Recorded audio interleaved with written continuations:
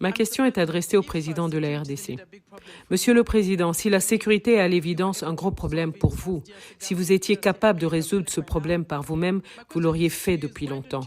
Alors je voudrais savoir pourquoi vous refusez de collaborer au sein des processus de Luanda et de Nairobi afin de trouver une solution durable à cette crise sécuritaire.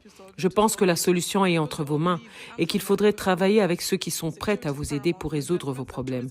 Je suis du Rwanda et nous croyons tous que la sécurité est nécessaire pour l'investissement et le tourisme. Donc faites votre part pour trouver une solution. Si vous êtes rwandaise, vous devez savoir qu'il y a eu au mois de novembre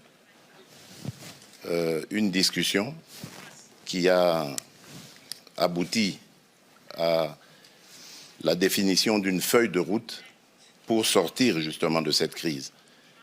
Et cette réunion a eu lieu en Angola, à Luanda précisément, et en présence de tous les pays, surtout les représentants des deux pays concernés, c'est-à-dire le Rwanda et la République démocratique du Congo.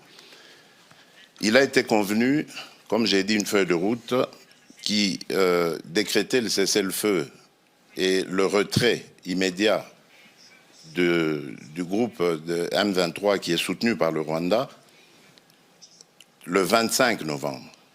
Ce départ devait commencer et le 15 janvier, c'est-à-dire il y a 2 jours, on devait constater évidemment l'achèvement de ce processus. Eh bien, figurez-vous, madame, que le M23, groupe terroriste soutenu par le Rwanda, est toujours dans certaines localités qu'il avait prises à la République démocratique du Congo. Malgré les pressions internationales, ce groupe maintient sa position, fait semblant de se mouvoir, mais en fait, il se redéploie d'une certaine manière et reste dans ces localités. Et je vous apprends que depuis lors, il y a eu un massacre qui s'est fait dans une localité qui répond à massacrer pour les terroriser et les pousser à se déplacer de cette localité qui regorge de matières précieuses dans son sous-sol. Donc voilà en fait le problème que nous avons. C'est un très grand défi parce qu'on ne peut pas investir à la fois dans le développement du pays et dans les ressources pour augmenter les capacités de l'armée et pouvoir ainsi se défendre. Si nous avions tous la même philosophie, la même vision, celle que j'avais d'ailleurs au moment où j'ai accédé à la tête du pays, celle d'aller vers tous nos voisins, nous en avons 9, et de leur proposer des projets de développement qui vont faire du bien à nos économies respectives, qui vont faire du bien à nos populations.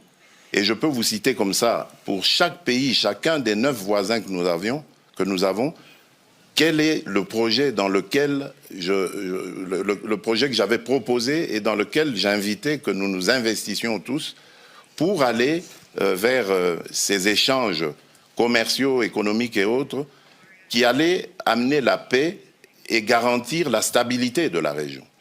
Mais c'est à cause, évidemment, de certains voisins aux velléités belligérantes que cela est malheureusement impossible à réaliser. Donc je suis désolé, madame, le problème aujourd'hui de l'insécurité dans la région des Grands Lacs s'appelle le Rwanda. A massacré